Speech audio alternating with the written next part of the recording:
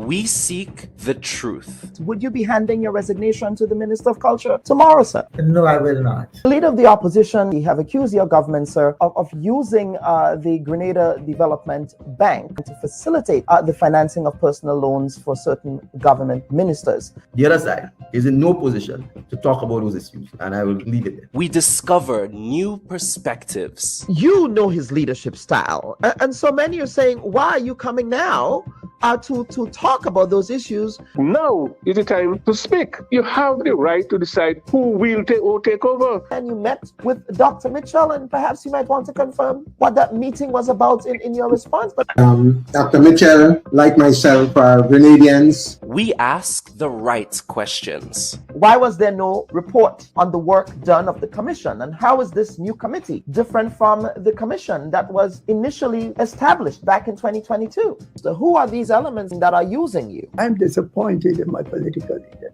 And why is that animating those political conversations now? This is a very interesting question.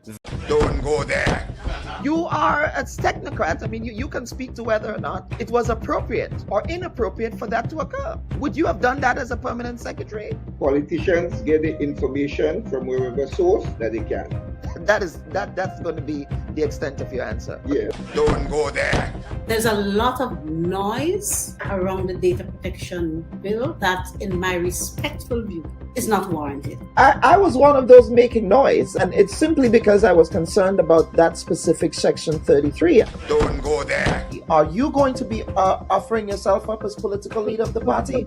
I see you've called me here for much more than diplomatic passports. I don't mind that. Don't go there. What is the relationship like between you and your leader, Dr. Mitchell, your boss, Dr. Mitchell? I'm not sure how to explain how to answer this question at this time. I prefer not to answer. Don't go there.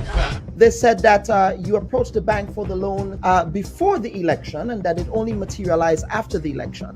There are also conflicting reports around the quantity of monies that were received. What is the reality here? People try to extort the truth and to make all kinds of things about it. I just stay quiet. So if you notice, I was really and truly quiet about the whole matter. Well, except with not with the New Today newspaper. The New Today newspaper reported on this. So I'm not sure you were quiet on this. Go ahead, Honorable. Go ahead. Well, I'm just trying to answer your question, right? Don't go there. I think we just spoke at length about the regularization framework. So yes, we did. But let us talk, Prime Minister. Let us talk about the workers who are dismissed. The Bubb Report. We go there.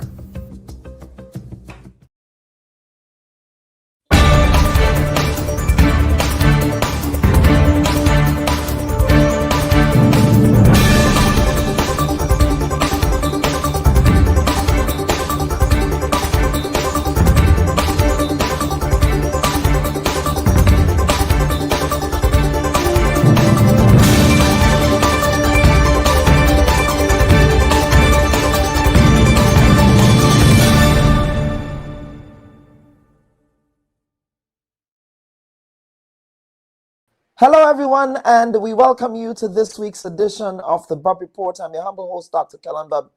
We're happy that those of you who have joined us so far can join us for this week's edition of the program. And of course, as you're coming into the room, do us a favor by liking and sharing this week's program so others can have an opportunity to participate in our weekly conversations as always. And we would love to hear from you. Where are you watching this week's Bubb Report from? I know that there has been a major reggae fest down there in St. George's last night. So I suspect some of you are probably either hungover or you're just coming home from your post reggae fest breakfast. I've heard some very good reviews. I know that UB40 was there. Marcia Griffiths was there. As well. Marcia Griffiths is, of course, one of my favorites. So let us know where you're joining the program from this week. We would definitely love to hear from you and for you to tell us, of course, if you in fact attended the Reggae Fest. How was it for you? Did you have a good time? What about the production quality of the show? Is it something that you've come to enjoy? I know that folks usually for things like a reggae fest show or something like that, people also pay attention to those logistical things that come up as a result. So we'd love to hear from you whether or not you attended the Reggae Fest. And I can understand for our regular viewers, some of our regular viewers who are joining us this week, you may not be in a position to do so because, of course, you are recovering from a night of partying there at the Grenada National Stadium. And of course, before we get into this week's program, now of course there was of course but actually no. So there is the Rotary Club of Grenada. Here is the announcement. The Rotary Club of Grenada, they are proud to bring back their free community health fair, and this year they intend to reach more people. So that health fair will be happening at the Guav Health Center on Saturday, the 9th of May, 2026, from 9 a.m. to 3 p.m. And of course, they'll be providing a suite of free health services for all ages, including blood pressure and sugar checks, cholesterol screening, ECG, cancer and STD screening, dental exams. Of course, that's the Rotary Club's health fair that will be happening. That's their free community health fair that's happening there at the Guav Health Center. I suspect that the Guav Health Center is different from the Polyclinic, which is also located in Guav.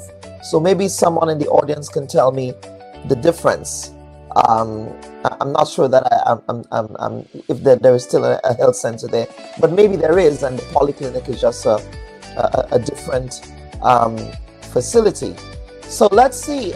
Elva Gill here is saying, concerning the Reggae Fest, she's saying the only thing, I think the break between the different band players was a bit too long, but otherwise compared to the last one in 2024, it was way better. So, all right, Elva Gill, thanks for your feedback on Reggae Fest here. So, all right, Elva is saying about the Guav Polyclinic Health Center is the same place. Okay. So was Reggae Fest held at the? Okay, it was at that's right. It's the Karani James Athletic Stadium, not the National Stadium. Okay. All right. So let's see who else is here. We have Lydia Louison who's joining us. She's watching from beautiful, warm Grenada, lovely weather, and we have Rochelle who's joining us from Brooklyn in New York, and who else is here? What do we have here? We have Lydia James here as well. So folks, let us know where you're joining the program from, and we would love to hear from you as well. So as you're coming into the room, let us like and share this week's program. Of course, so we're going to get right into it, folks. Of course, last week, Venezuela's interim acting president, Delcy Rodriguez, Her Excellency Delcy Rodriguez, made a visit to Grenada. It was her very first international trip following the ouster of the President Nicolas Maduro of Caracas. And so what we want to do on this week's program is to make sense of that visit, given how it happened. Of course, we were not informed about it in advance. Only, I believe, folks were given like a 24-hour notice that she was coming to Grenada. But we really want to read the tea leaves to make sense of that visit. And of course, here joining me is, of course, Mr. Peter Wickham, the very busy Mr. Peter Wickham, as well as Mr. Gerald Pereira. He's the chairman of the OVP in Guyana. Also, who was supposed to be joining us, we were supposed to have a professor from Caracas as well, as we advertised on our platform. That was Professor Rojas, I believe, Professor Jesus Rojas, but unfortunately this morning he canceled on us. So we should be joined by Jomo Thomas shortly, joining the panel shortly. So gentlemen, welcome to this week's edition of the Bubb Report, and happy Sunday to both of you. Yeah, same to you, and thanks for having us. Thank you. Yes, absolutely, absolutely. Yeah. So, Mr. Pereira, I do want to begin with you. Obviously, I know you've been following the developments in Venezuela very closely, and I know that you have a set of contacts there. So before we actually get into the conversation around Delcy's first official visit outside of Caracas following what occurred in Venezuela with the U.S. Kidnapping of Maduro, and we understand that he continues to be held in solitary confinement in an American jail with no proper legal due process at all, being denied attorneys and things like that, which really shows the trumped-up nature of these charges. But what's happening on the ground post-Maduro, based on what your contacts have been telling you? What's happening in Venezuela right now? Well, could you hear me? Yes, we can hear you loud and clear, sir. Yeah. My brother, I must admit that I'm a little confused and baffled at what is going on in Venezuela. I don't pretend to have all the answers, but I am really surprised that Professor Rojas did not turn up. Yes. He has done. I was surprised as well. Yes. Yeah. Now, there is an argument that is advanced by some of the Chavistas that what took place was similar to during the Russian Revolution at the time of the Bolsheviks under Lenin, when they implemented what was called the New Economic Program or War Communism. And Lenin wrote a piece on that, a step backward in order to advance 2 steps forward. This is what some of our comrades on the ground, including Professor Ross, was advancing, that the state institutions are still intact, that the revolution is still a trail, despite what you're seeing, the constitution and all that. But I am picking up something different, because I know that the ruling party, the United Socialist Party of Venezuela, I know there are different tendencies, and I know there are a number of other anti-imperialist formations, political organizations that are independent of the United Socialist Party of Venezuela. They are pro-Chavista, but they have disagreement with Mrs. Rodriguez and others, like the Tupamaras. The Tupamara is they're very strong in the communal in the barrios, the communal councils and so on. They're very strong. Those are the guys you see riding on motorcycles, carrying flags, 2 on a motorcycle and armed and all of that. Their support base is strong. So, but what I'm seeing is too much concession to Trumpian fascism to the United States. So, something is not right. And only yesterday I saw they estimated a crowd of 2,000, which is not huge, march for better wages, the pensions and all of that in Caracas. Yeah. I don't know if the march was actually a march that was organized by the right-wing forces, or whether it was a pro-Chavista march, because there's differences between the Chavista faction who want to go forward, who are challenging, who believe that too much concessions have been made to the United States, because you see they're talking about the return of Exxon and all of that. So it's so complex and complicated. I don't pretend to have the answers, but what I'm reading is I believe that too much concession have been made to the hegemon to the north. But let us talk about, and I'm glad you referencing the different sub factions of the Venezuela socialist movement, if you will. So of course you have the umbrella Chavismo, I suppose that's right, organization, and and then of course you have the Maduro loyalists. And then does Delcy have her own, I suppose, wing or influence within that movement? And what does that look like? I think they are the Maduro loyalists. You will find, you'll find them amongst those in the communal councils and the Tupamaras and so. Although they might, I know the Venezuelan Communist Party always took they took a different position, but I don't really go by these orthodox communist parties because the history of many of them, has not been over the years, was never nice.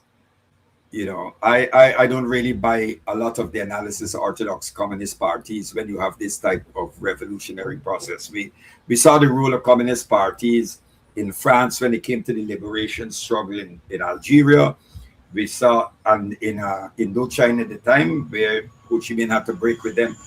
We saw the Communist Party of Bolivia position towards Che Guevara, the betrayal. So I don't really go by the orthodox analysis a lot of things because they are too mechanical in the way they apply their Marxism, and too dogmatic. But having said that, I see Delcy Rodriguez as I don't see her enjoying the support of the Chavistas. I'm not getting that signal. You're not getting that signal. I think a lot of pressure is being applied from below.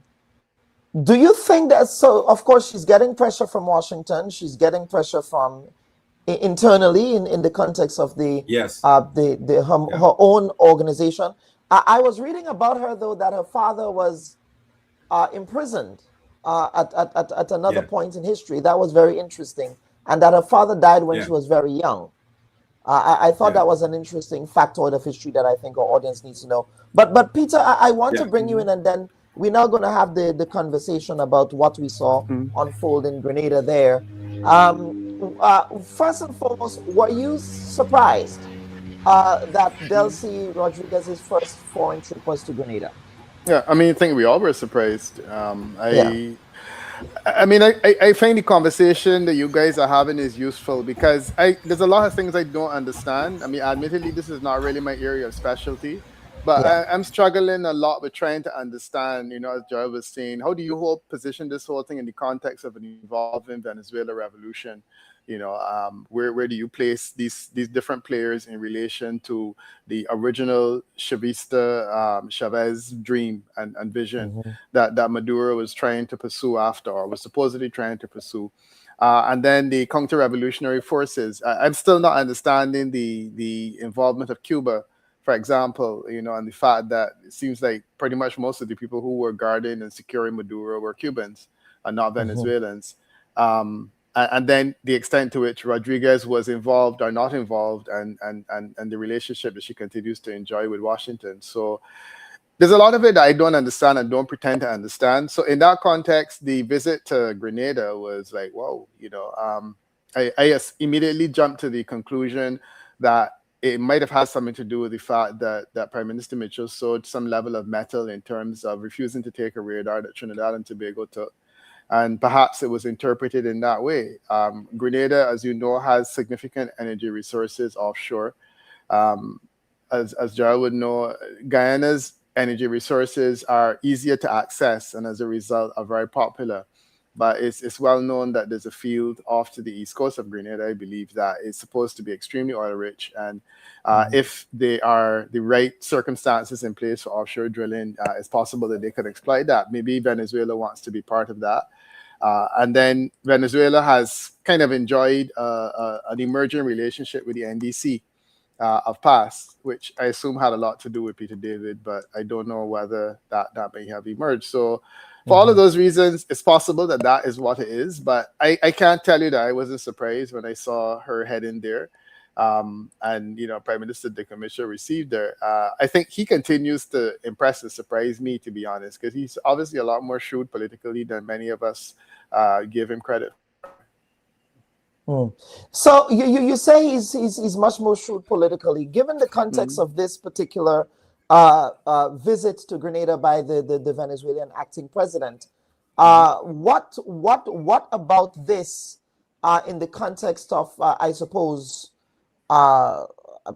elevating Grenada to a particular geopolitical place? What's your thought process on that? Yeah, And the reason I'm I mean, asking there's this is that. because, because the reason I'm asking this is because there's also a school of thought that perhaps, now might not have been the right time for Grenada to host the Venezuelan acting president, owing to the bully, the hegemonic bully that we have in the north, who have threatened Grenada with radar, to install a radar there. They have now imposed visa bans and all of that on Grenada as well. So there is also the counter argument that here, what's the point of hosting her at such a sensitive time? In other words, and I get it, but that depends on whether your analytical timeline is within a few years. If you're looking long term, there is a significant money to be made, offshore in Grenada, and I think that the NDC is well positioned to say, look, we are taking decisions now that will look towards developing a relationship with the future.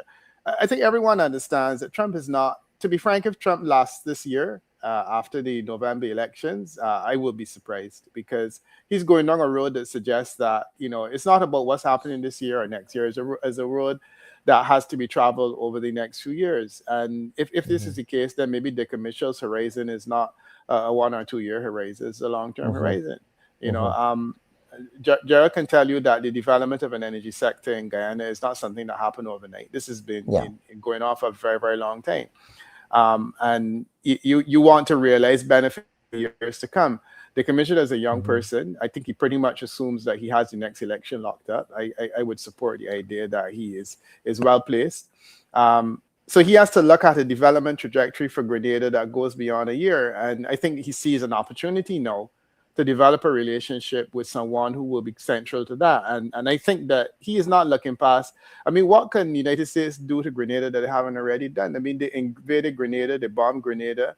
They're now enforcing visa bans on Grenada. There was an office there, a visa office some time ago, which I think was closed down years ago.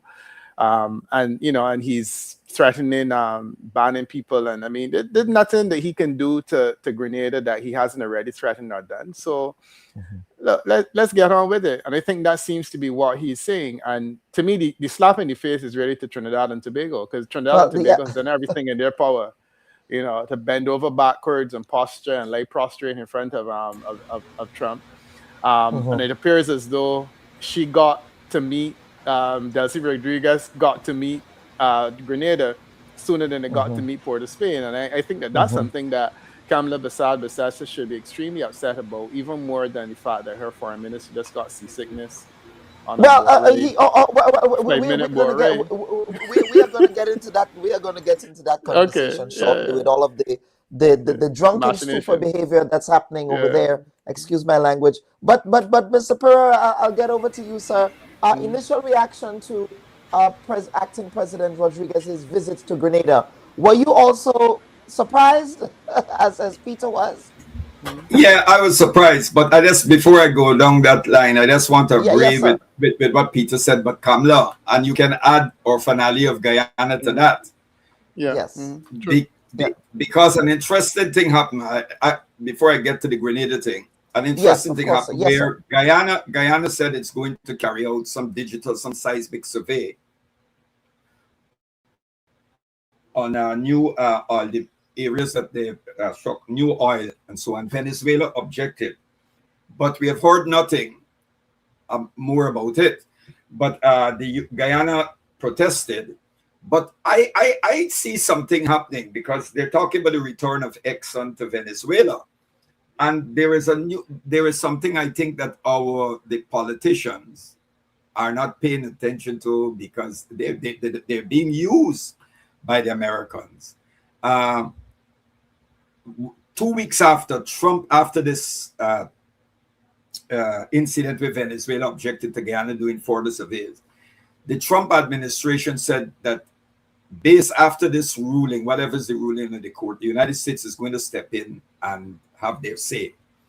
And I am predicting that what you're going to get is, because Delcy Rodriguez has made so much concessions to the Americans, it is possible that she and others can say to Trump, look, we want something, some sort of closure or something, take a position on this territorial issue with Guyana.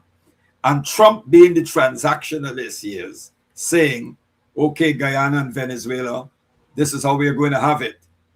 Because Trump sees the world as real estate. Trump would say to Venezuela and Guyana, Guyana, you keep half of Venezuela, half of Essequibo, and Venezuela, you keep half. Then what are we going to say?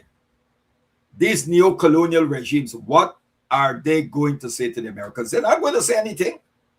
And I can see we heading in that direction. And the other point is, I was somehow shocked to see Delcy Rodriguez turning up in Grenada. But at the same time, I think the U.S. hands is tied. I think they have a lot of pressure. They're under a lot of pressure. Because when they started the bombing with the genocidal state of Israel, they thought that this thing was going to be a 3-day, 4-day operation, decapitate the Iranian leadership, and people will come out into the streets and at the end. But that did not happen. So they thought they were going to impose a Venezuela action in That's in right. Tehran. That's right. And something interesting happened when the Russian tanker started heading to deliver fuel to Cuba. And then when the question was posed to Trump, he said he has no problem with oil going to Cuba. And anybody who wants to send oil can, which is a complete turnaround. So I don't know if Caracas is seeing this as a little opening that they can get out, because the U.S. is taking up now with what is going on in it's not just Iran they're dealing with. They're dealing with Lebanon, the resistance in Iraq, the Houthis, and all of that. Because the next thing you're going to see, and the Iranians have this thing well organized, they're working with their allies, is apart from the Strait of Hormuz, we might see if the US and Israel resumes bombing Iran, you're going to see the Houthis are going to shut off the passage through that area, the Red Sea and so. So it's going to get worse.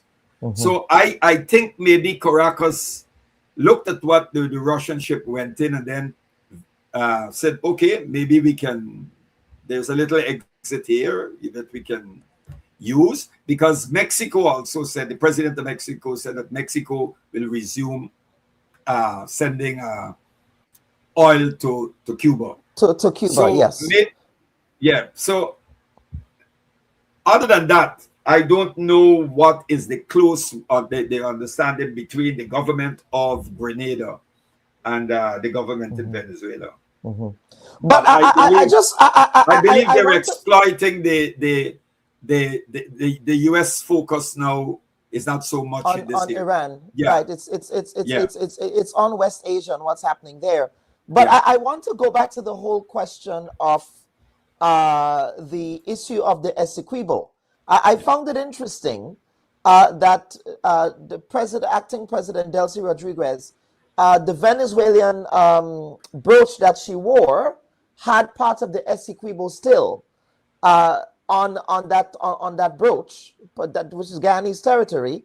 But in addition to that, I believe she also appointed some lieutenant, I believe, to administer the Essequibo. So here is my whole thinking here, and I want to get your thought process on that. Guyana went all in to support America's actions in Venezuela. They were heavily invested in supporting what America did against Maduro.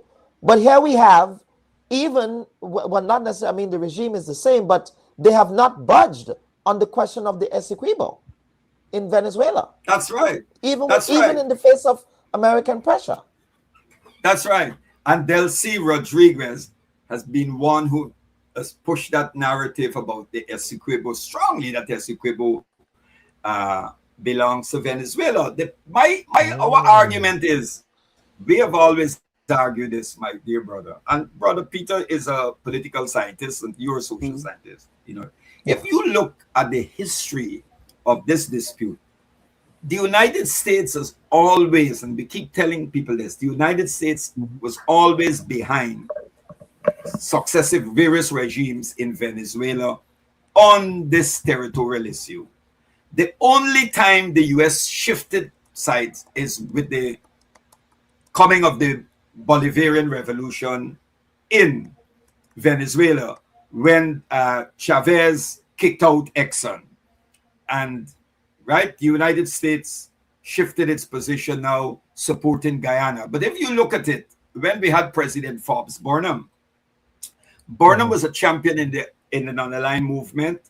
Guyana allowed the Cuban planes to refuel at the airport here, going to Angola.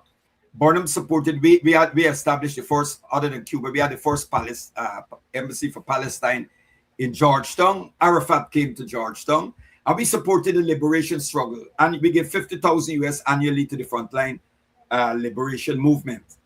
And the US applied pressure on the Burnham regime. They even attempted to say they will bomb the airport. And the US supported those who orchestrated the October the 6th bombing of the Cubana plane in October the 6th, 1976. The US were well aware of the plan. The intellectual authors were based in Miami.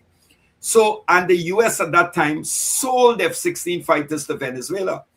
And the US was edging Venezuela on to invade Guyana. And Burnham launched the People's Militia. But we had the backing of Cuba supported us. Cuba told Burnham that if Venezuela invaded Guyana, Cuba was prepared to send troops to help Guyana. During Burnham, yes, the Cubans made that clear. Under Castro, Cuba said they will send troops to help Guyana. And every time this territorial issue was dormant for decades, it is only resuscitated or reactivated when there's a regime that Washington does not like. Okay? So for years they supported Venezuela. Now they're supporting Guyana because you have a vassal state. Guyana is a vassal state. And the Guyanese political elites don't seem to understand or remember Henry Kissinger's famous or infamous word, whichever, when he said America has no permanent friends and no permanent enemies, only permanent interests. America is not here to defend Guyana. America is here to protect American assets, to protect the oil, and to make sure that they have access to the free flow of oil and gas from this country. That is what it's about. But our politicians don't seem to understand it. So Guyana is in the Guyanese political leadership is in a very embarrassing position, just like Kamala, as Dr. Peter pointed out. Yeah. Let me bring back Peter here. Peter, is there anything else you wish to add to what Gerald just said here about the sort of the dynamics sort of with the Essequibo, which again is still a major issue for Venezuela at least, and their sovereignty there.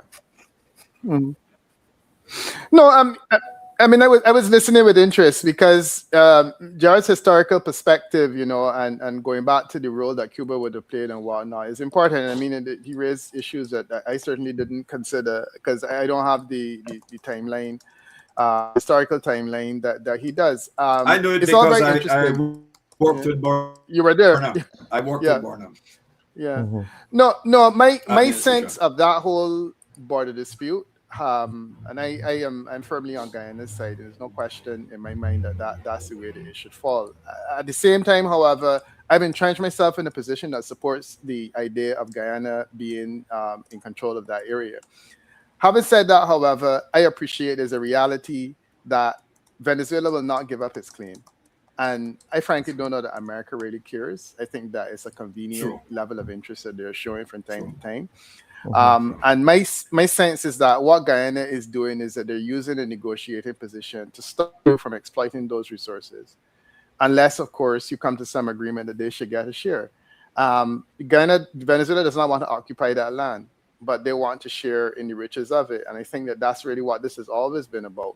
And as much as it disturbs me, it may very well come to a point that Guyana may have to say, look, in the interest of us moving forward with exploitation, we would have to say, let's come to some agreement that Venezuela will share in the resources on whatever basis. Either that or alternatively it will stop. Because my understanding is that when energy companies see disputes like this, they run far. Unless, of course, there's some agreement that the resources can be placed in escrow and they can get their profits and the countries can hold the money in escrow until they decide how to work it out. But energy companies do not like what's going on in Venezuela now, where they're trying to exploit resources. And then you have these territorial issues going on and people saying who own what and that kind of thing. They run far from that. And frankly, I think that may have had a lot to do with the reason why the exploitation of Guyana's energy resources took as long as it did in terms of actually starting, because there were all concerns about what happens when you start drilling and someone say, well, actually, this is my waters or this is my land and things of that nature. So that is what I think it will come to. But, Gerald, you don't have to worry. I do support Guyana. I think that there's enough historical evidence to suggest that you should win. The challenge, however, is that you guys have invested decades and decades of resources and efforts, and you had brilliant minds like Sridhar Ramphal and others going back years fighting this battle, and it just and it may very well come to a point where you have to say, look, let's just cut our nose to spite our face, I suppose. Peter, you're breaking up there for a second. But Mr. Pereira and Peter, we'll try to get you back here. But Mr. Pereira, let us talk about, of course, you've heard the way in which Mr. Wickham described the Prime Minister Mitchell's, I suppose, diplomatic overtures in this very complicated space, in hegemonic space, really, is what it is. What's your take on how he is managing that relationship between Grenada and Venezuela? And I suppose by extension, that relationship, and of course there has always been that historic solidarity between Grenada and Venezuela, not only Grenada and Venezuela, but the rest of CARICOM as well. And, that solidarity has always been there. So let us talk about, is he now taking up the mantle, I suppose, of solidarity in the way that former Prime Minister Ralph Gonsalves, shall we say, carried that mantle of solidarity between Venezuela and St. Vincent and the Grenadines? Well, I think that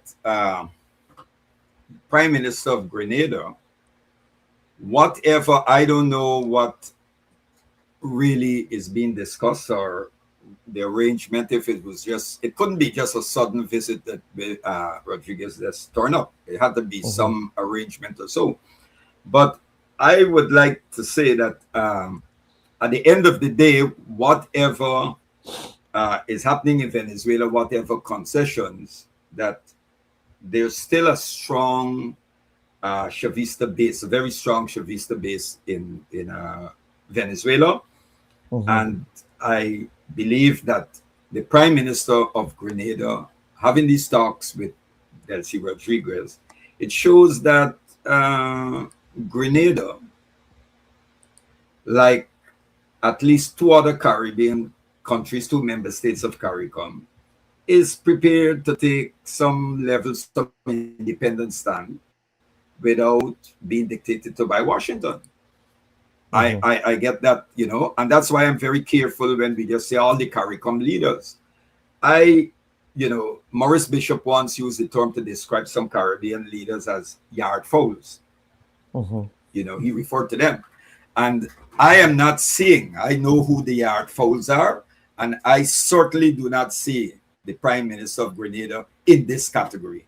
And I think that whatever the two leaders are discussing, that Grenada and Venezuela, because this is about, my dear brother, this is about sovereignty. This is about sovereignty. And we're seeing that, as we pointed out, the Monroe Doctrine, if you studied it carefully, never recognized the sovereignty of nations and the independence nations that they consider in their backyard, and how they were reluctant to recognize the independence of certain states, including Haiti. But I can only see this move between Grenada and Venezuela something positive. I see it as something Yeah. positive. Because with all the short... You are referencing sovereignty, but is Venezuela really a sovereign state now? I mean, or has it now become a vassal state? So one can argue, is the Prime Minister of Grenada engaging in negotiations with an acting president whose hands are tied and whose policies are dictated by Washington at this point? I mean, we saw these major visits by, all of these energy companies. I mean, she met the CIA, she met all of these titans of industry came calling.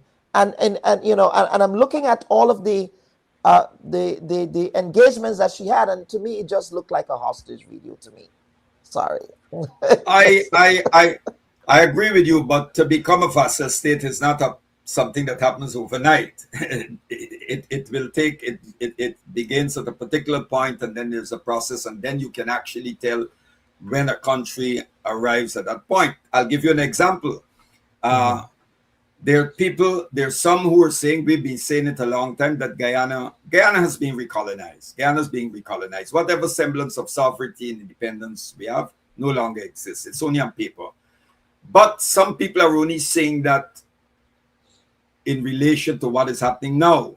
But we go further back. We in the Organization for the Victory of the People, myself, we've been saying ever since President Burnham died, and the structural adjustment program, neoliberal economics, or the Washington Consensus, was imposed on us, and our economy was being shaped and managed by external forces. We spoke about recolonization then, when others were not talking about it. So it's a process. So I'm saying that we have to wait and see, because these contradictions exist, and then it's going to reach a point where you're going to see a clash.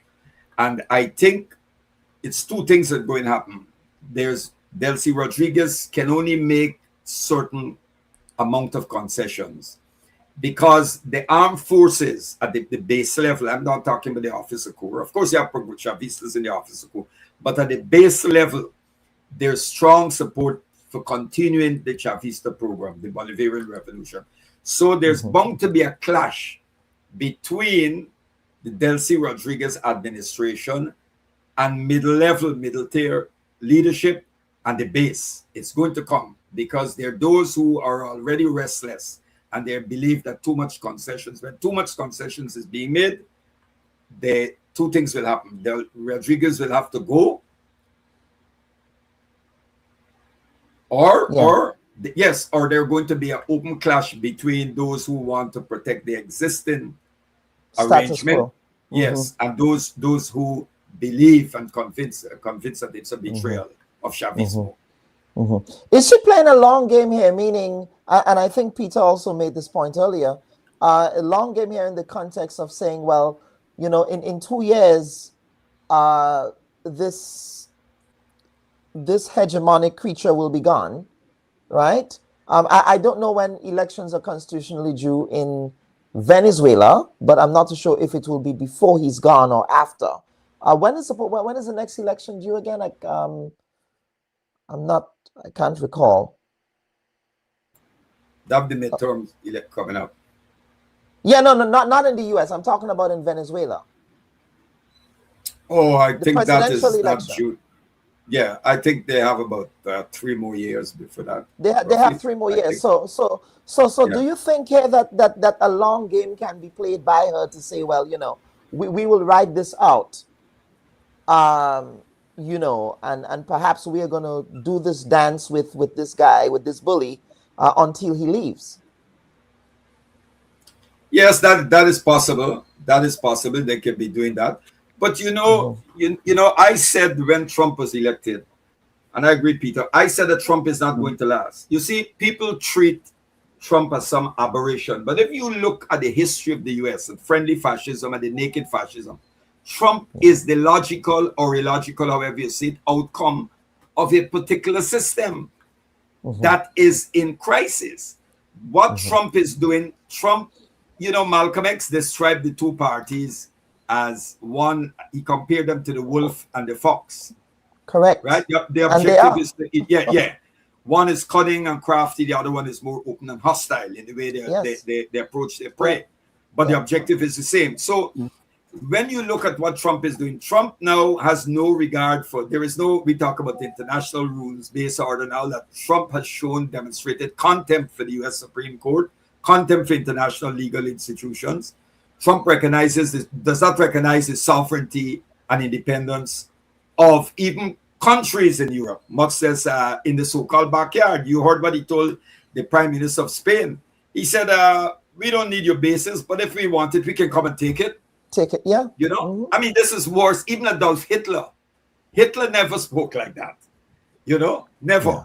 But you have this, Trump is doing this, and Trump is getting away with it. And what we have are people who are they're cowards, and they are not standing up. And since we are in this topic, I just want to say in passing, you know, Rubio attended the meeting of in Munich, where he addressed European leaders.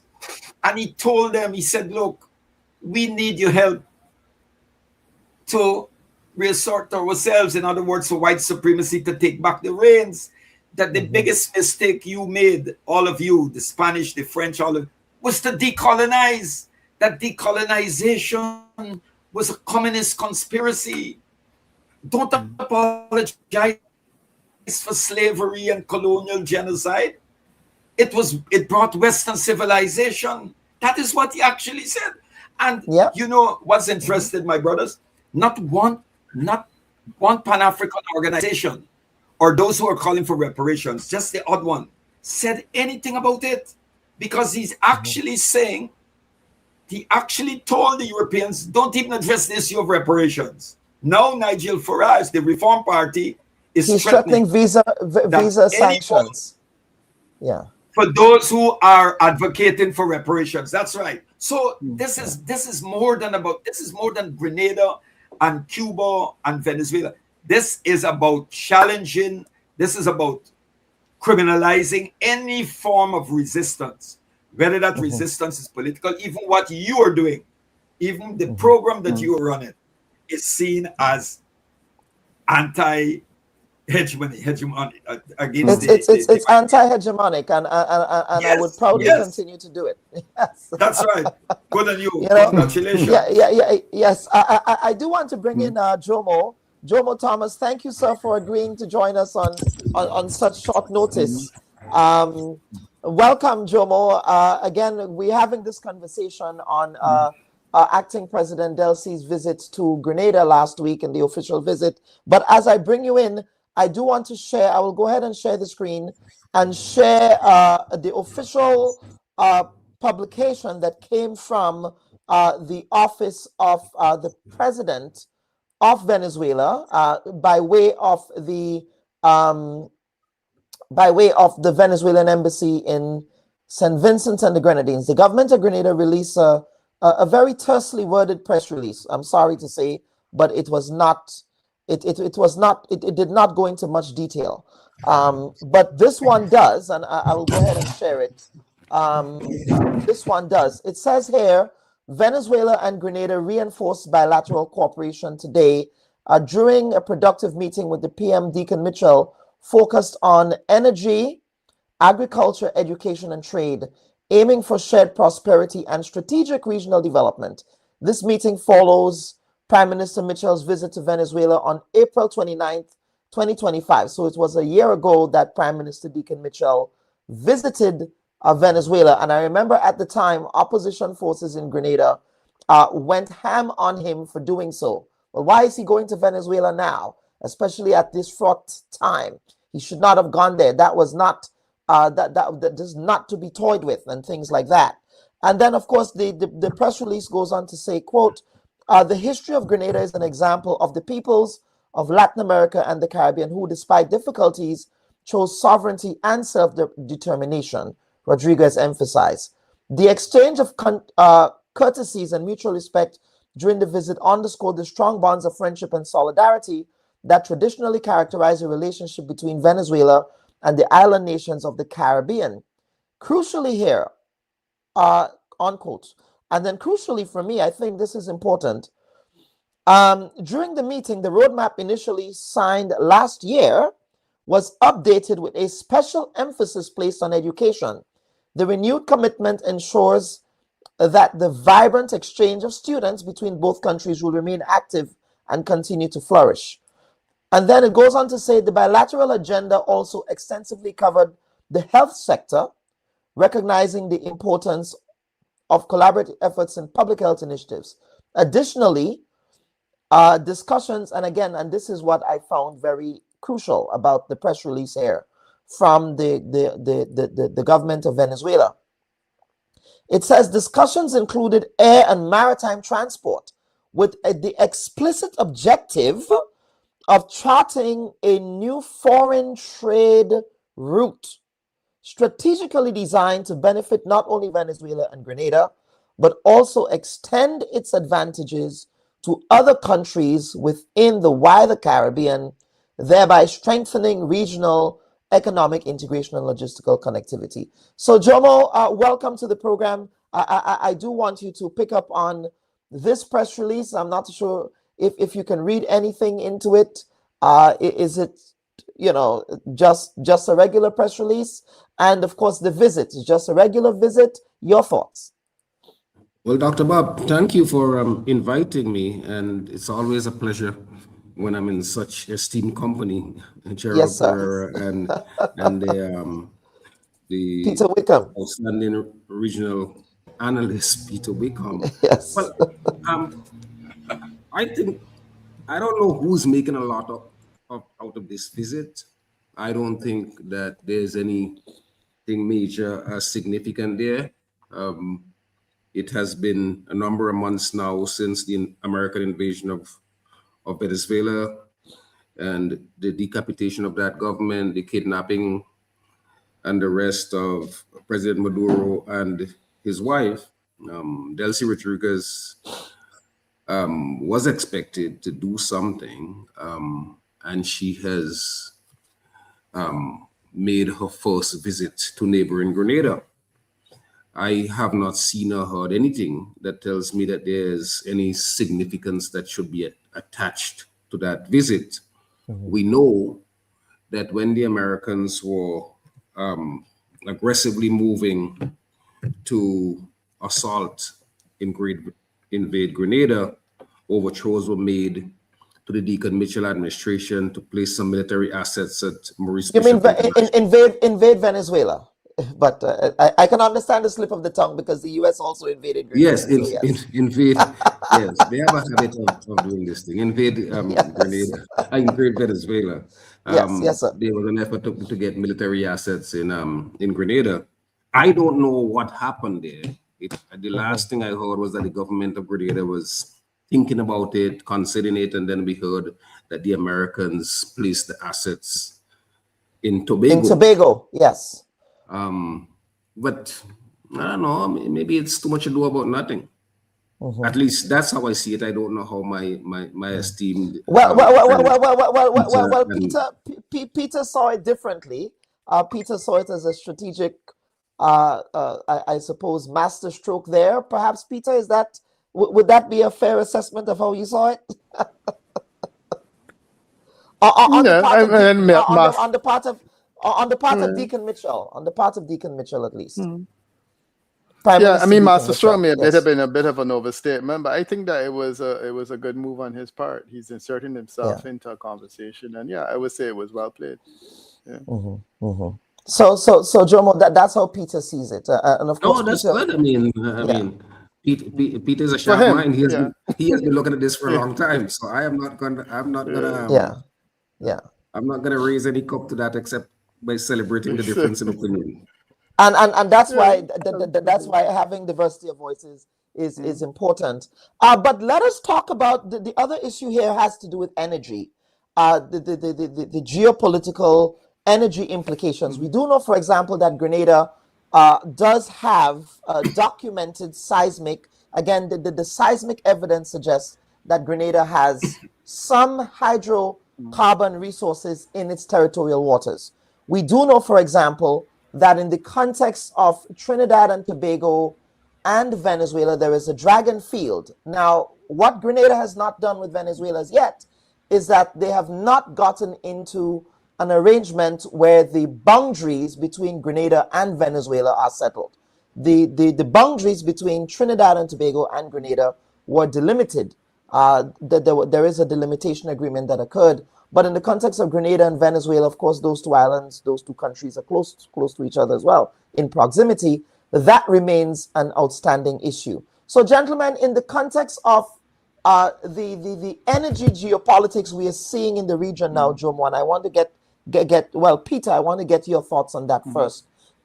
We have the whole dragon field there, between Trinidad and Venezuela, and of course, whatever might be happening with Grenada. We know that Grenada is, again, trying to explore those things. How much of energy geopolitics do you think would entail future relations with Venezuela now that the U.S. decided, we're going to lift all of those sanctions in Venezuela, so you can now do business with them? And that's it. So now it will be dictated. It will be determined largely on energy. The thing that was the impediment in the past was the sanction situation, and you have to apply for these licenses if you want to do business with Venezuela. The OFAC license. The OFAC license, right? No, that's off the table. Then it's all about energy. I mean, to be honest, Trump's interest in Venezuela is about energy as well. So there's no reason why other players might not want to get in the game. And the key thing in relation to the dragon field and the resources that Grenada has, and Barbados has a bit of that as well, is that the degree of difficulty in accessing those kinds of resources is the factor is, one, you have to settle boundary issues, and then the cost is quite significant because it's deep sea. As opposed to Guyana, where the cost is reduced because it's relatively close to the surface. Those things are being settled largely because, one, the geopolitics is changing in terms of the Americas' willingness to say go ahead, and then secondly, the price of oil is going to a level now where it will make it productive, make it practical to sink the kind of money into those offshore resources, because you're looking at oil that is not going to get cheaper in a hurry. While in the past, the trend was downward. So I think you have to seize the moment. And, again, Grenada is doing well to get itself at the table. Prime Minister Motley hasn't yet. But I think it also relates to the fact that her mind is elsewhere in terms of alternative energy. But my sense is that it wouldn't be surprising whether Barbados decided to get in on this action as well, because we also share in a similar resource offshore. But you're right, it's really all about energy, and it will continue to be so for some time to come. Gerald?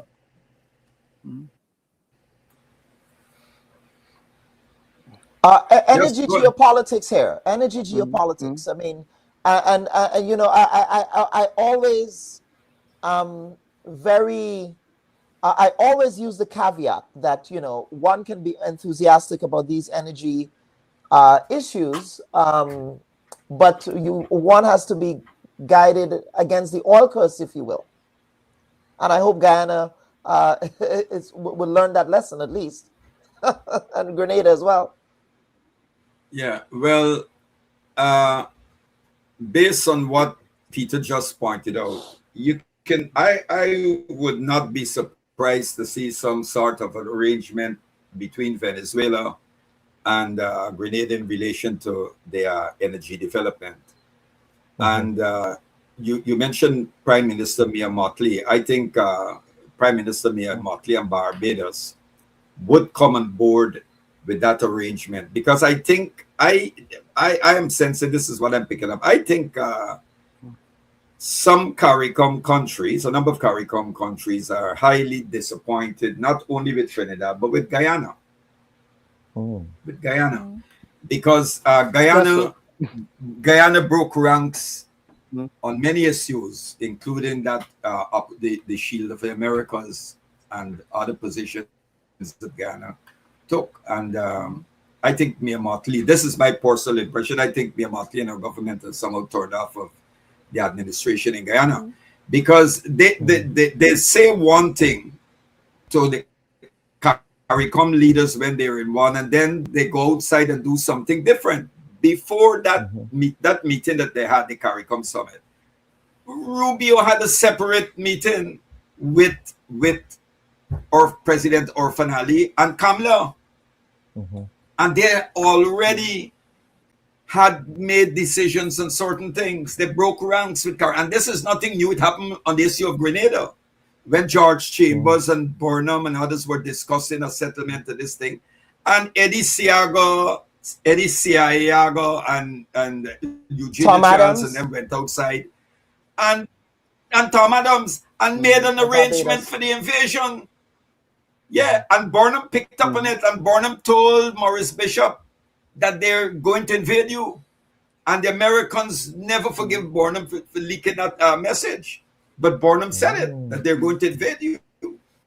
You know, so I think CARICOM is very divided. I think that Guyana, the role that Guyana is playing, Guyana actually went along. I mean, Rubio came to Guyana, and the way he spoke, you believe he was a colonial governor, and the president stood next to this man. It was embarrassing, you know. And then May, the month of May, these guys are going to stand up in various places and talk about independence. How they don't know what constitutes independence and sovereignty.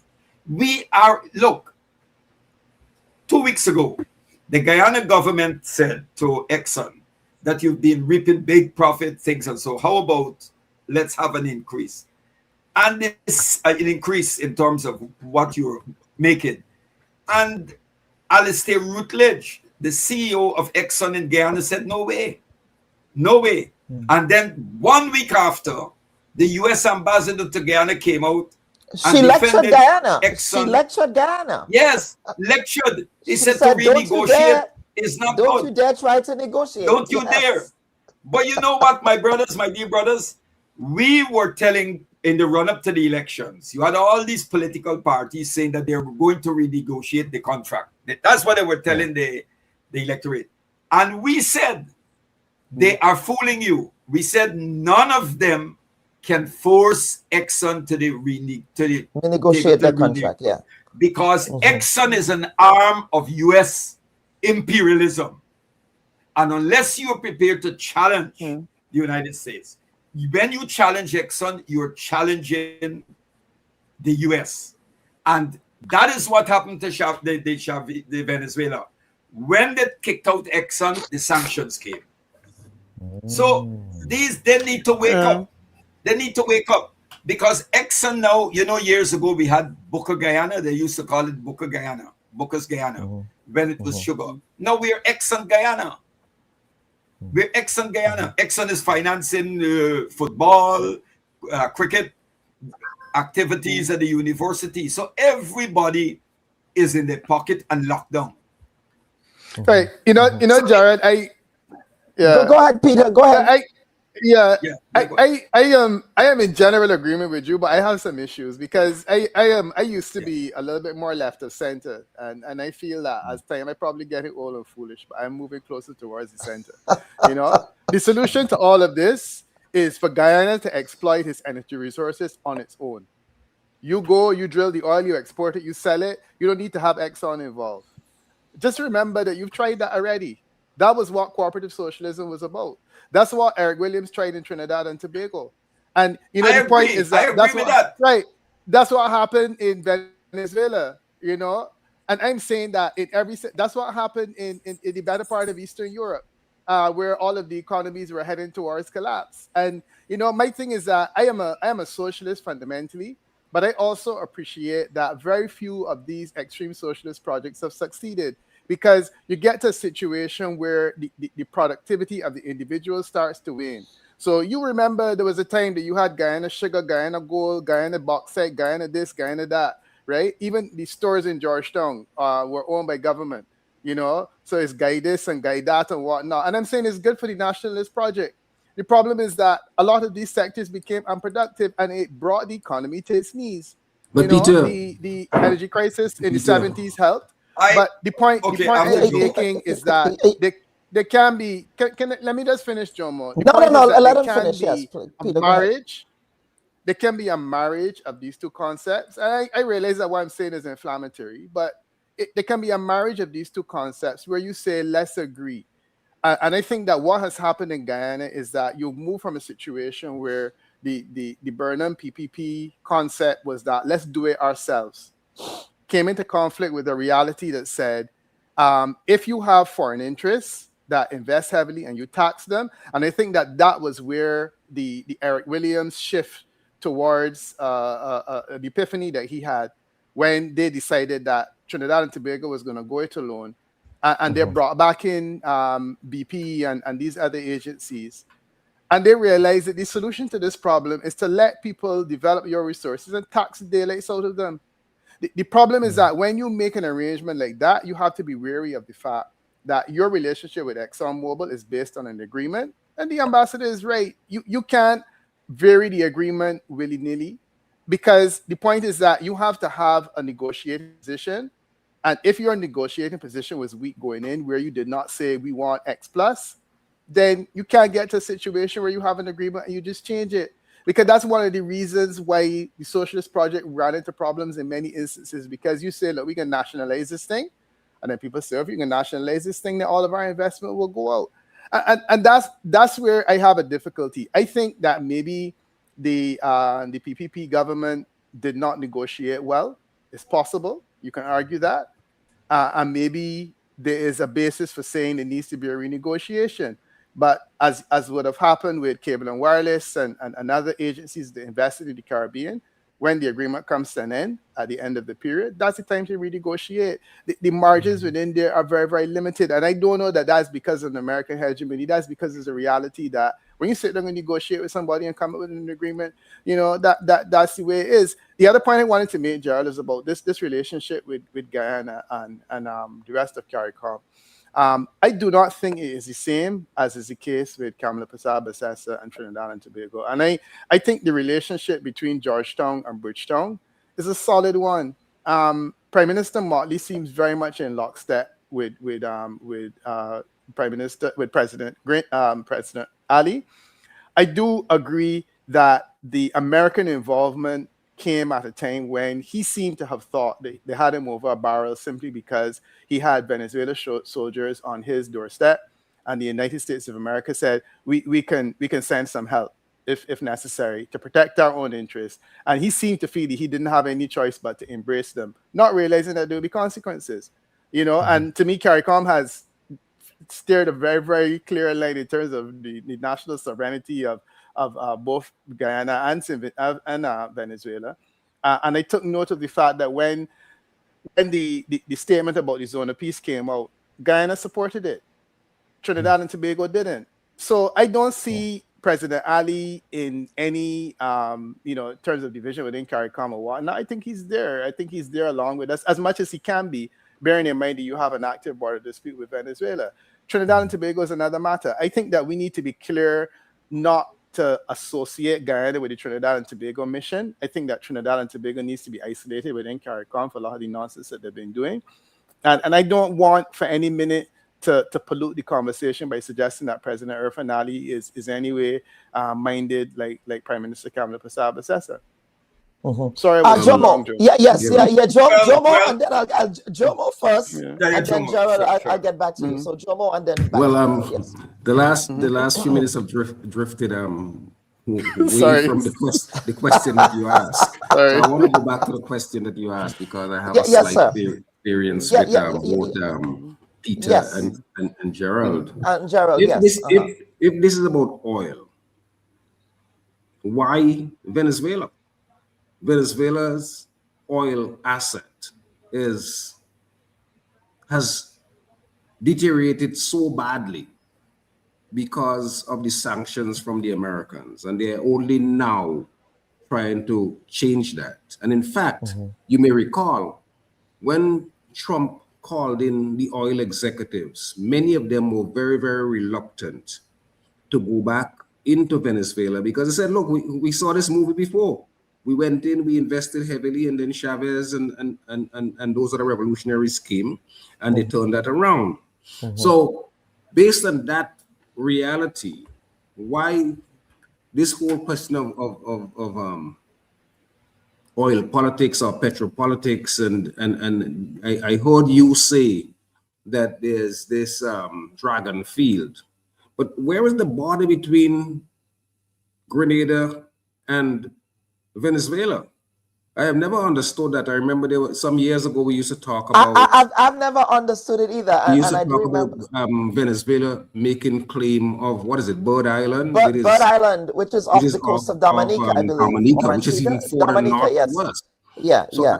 I never understood all of that. But in any event, all of these, from the time I was a youth, I was hearing some man called Rubenstein who had all of the oil license that he had bought. The same man bought it in Grenada. He bought it in St. Vincent. And if we have oil to the north, as we have seen, Mexico, Louisiana, there's some oil in Cuba, there's oil in Barbados, there's oil in Trinidad. So there's a real possibility that there's oil in St. Vincent and Grenada and even St. Lucia and some of the other islands up the chain. But the difficulty with the analysis which was presented about this being about oil or petropolitics, I don't know why these countries would move, unless they were directed to do it, to move in the direction of Venezuela, when ExxonMobil and all of the others have been there in Guyana and in Suriname, unless there's some notion that the oil, whatever is in Grenada and possibly St. Vincent and even more in Barbados, is such low grade that it may not be necessary to take it. But understand as well that the Americans has just snatched the largest known deposit of oil in the world with the decapitation of the Venezuelan government and the pliant nature, as I see it, of the Delcy Rodriguez administration in Caracas. So I'm not so sure where this analysis is coming from, that this might be a master strokes or Deacon Mitchell is trying to. I think they had a meeting, they put together an agenda, and they said these are what we're going to talk about. But we would have a chance to look, we would have a chance to see what it develops in the next few years. And we would be able to compare notes, I'm sure, down the road to see where any of this is going to be. Gerald, let me bring you back here. A lot was said by Jomo, but I want you to respond first to what Peter articulated here. Gerald, are you there? Yes. I'm here. You yes, see? go ahead. Just before Gerald comes, look, here's Nazim Burke saying, look, let's do a commission including St. Vincent. I had not even seen this piece. Yes, so let me read it quickly. It said, PM Mitchell submitted trilateral proposal to head of government in each of the 3 countries for a trilateral joint commission to be proposed to guide demarcating maritime boundaries. He said Grenada's government has proposed this joint commission to be established with Venezuela and SVG to guide the process for demarcating the boundaries. Burke said Grenada has also started an initiative to delimit maritime boundaries with Venezuela and SVG. We completed the process, with Trinidad and Tobago back in 2012, which I just said. We have never been clear on what is the boundary between Grenada and Venezuela, and what is the boundary between St. Vincent and Grenada. And then he goes on to talk about the work of the group. So Grenada has this energy working group that was commissioned last year as well. So Jomo, yes, I can share that piece with you. But I would add as well, just before Gerald comes back in, this whole notion of not knowing where the boundaries are. I thought international law, in the law of the sea, has clearly delimited that. Correct. Your exclusive economic zone. Your economic zone runs for 200 miles, and your territorial limit runs for 100 miles, and the whole concept of equidistance. So I'm not so sure that is some rocket science that these guys are trying to work out.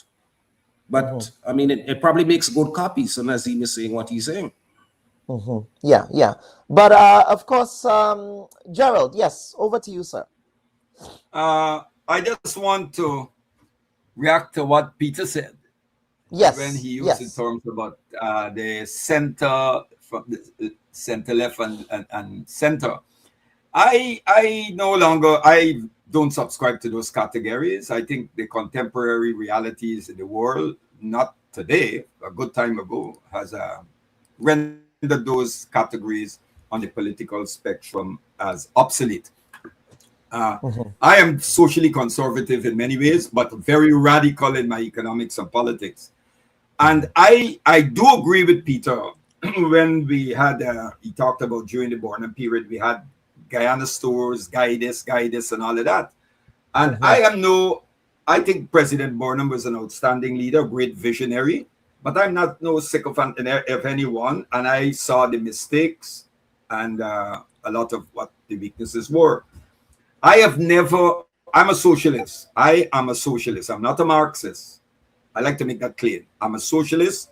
I believe that Karl Marx and the Marxist body, Marxist philosophy and Marxist theorists have made a tremendous contribution to socialist theory and praxis. But I'm glad the ethical angle. Yeah, no, I'm glad you. I'm glad. Yes. Apart from the political. Go ahead. But inside the political and economic aspect, on the ethical dimension, my socialism is inspired by the Gospels, the liberation theology, and the teachings of all the prophet revolutionaries. We know that Prophet Muhammad, Jesus, they were all revolutionaries. There's an excellent book on that by Aubrey Hendricks, the black theologian, The Revolutionary Message of Christ and How the Church was hijacked. But having said that, I do agree that what happened was you can nationalize, but then one of the nationalization doesn't equate to socialism. No, it is a precondition, but nationalization doesn't make a government socialist. Yes, well, Walter Rodney had a still alienated. That's right. And Rodney made a tremendous contribution to that. One of the things was we encouraged, there was too much bureaucratic management and too much decisions at the apex and not. Peter spoke about productivity. People, history, mass in the Caribbean, we don't mobilize. We mobilize people for electoral when it's elections. And after that, there's demobilization. There is no, apart from, we don't organize them. There is no permanent organization for mass involvement in the decision-making process. So people feel alienated. They don't feel they're part of anything. The only time is when they have to come out and cast the votes for this competition among political elites. And what I'm saying is I do disagree with on the issue of President Ali. I don't know who he's fooling, but he might be fooling me and others, but definitely not us as home. Having said that, and there's an area I don't want to touch on in this program, but I know, and a number of Caribbean academics have pointed to this. I think I'm a Pan-Africanist. I'm an African and proud of who I am. I'm not anti-white. I'm anti-white supremacy. I'm not anti-Indian, I'm anti-Indian supremacy. But I do believe that in the Caribbean, there is a Indo-Caribbean set of activists who have, they've advanced this argument that we've seen, that they have never been part of CARICOM. They see CARICOM, and even since the days of the Federation, as some African Caribbean project. That's how they see it. I've even seen certain Indian Caribbean activists who openly come out and advocate for Guyana to become a state of the United States.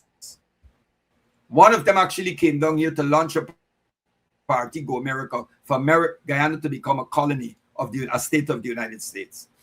This particular group have not said anything. But Gerald, that's a fringe thought. In fact, they're very anti. But that's a fringe thought. No. I'm just. No. It's not. I avoided it because it's quick to label you. All I'm saying is it's not fringe. It's not fringe, and it's a reality we have to address. They have not, for example, said anything on Gaza. In fact, many of them have came out in support of the Zionists. But having said that, I believe that somebody's fooling somebody some way, and we cannot be fooled at home. I am not an oppositionist. I don't oppose a government for the sake of opposing it. I have said on many occasions, if the Guyana government does anything that is positive for the marginalized and oppressed, we support it. I am not into antagonistic for the sake of it, picking enemies, right? But we operate on a position of principle, and we're not going to compromise our principle. We can adjust our strategy and tactics. But I believe right now in Guyana, there is too much. I am seeing a lot of directives are coming out of the U.S. Embassy in Guyana, in Georgetown. And I don't know if I mentioned it in Georgetown. I don't know if I mentioned it on this program to you, but I spoke at a rally for Palestine, and I was leaving the country about 3 weeks after. And an interesting thing happened. Never happened before. When I got to the airport, I was taking a flight, British Airways, from Georgetown. It would stop in St. Lucia to pick up passengers. I'm not coming off. And from St. Lucia on to London. And British Airways told me when I got there, there's a problem. I said, what's the problem? They said that they can't carry me. They said it's not a problem with British Airways or with Britain. But the US border security say I cannot board the plane. Reason? Because the plane was flying over US territory, the US Virgin Islands. And the reason for that is because I have been an outspoken critic of the genocide in Gaza, and the US as an enabler of it. So we are being harassed and intimidated. And the Ghana government, when I protested to the Ministry of Foreign Affairs, they don't represent me. They don't say anything. So this is what we are faced with. This is what we are faced with, and there are directives coming. I am seeing things that are happening here that I know has nothing to do with policies, decisions made at the domestic level. But I can tell, being an activist for years, that these things are being imposed from outside. So I don't go against that. I think it would be something to show Prime Minister Motley respect, because she intervened in their attempt to rig the elections in Guyana. And I am not a supporter of President Ali or his government, but we participated in the elections at the regional level. And we told people to give APNU AFC, the then government, the presidential vote, and give us the regional vote. But we saw the crude attempt to rig the elections, right? Because the PPP won the elections. We are fair. They won the elections. But the thing is, the party that negotiated this lopsided deal with Exxon was not the PPP. It was the APNU AFC regime. But the PPP campaign during the elections, they said that one of the first things they will do is renegotiate the contract. And we said they will never. And we have been proven correct. I didn't realize. Yeah. I thought that Peter, this negotiation, and then we will segue. I just thought that the negotiation of the contract preceded the APNU AFC government. I didn't realize it was them that had negotiated it in its entirety. They signed it lopsided, and they got I stand corrected. They got an 18 million signed bonus, and they hid it from the people of Guyana. It was until it was exposed. Then the Minister of Finance came out with some nonsense about why they did not make it. They publicize it to the people of Guyana. So Yep. But, gentlemen, yes. Let me just say two things, though. Yes, Joe, quickly. Yes. One is about where Peter said that this ambassador was right.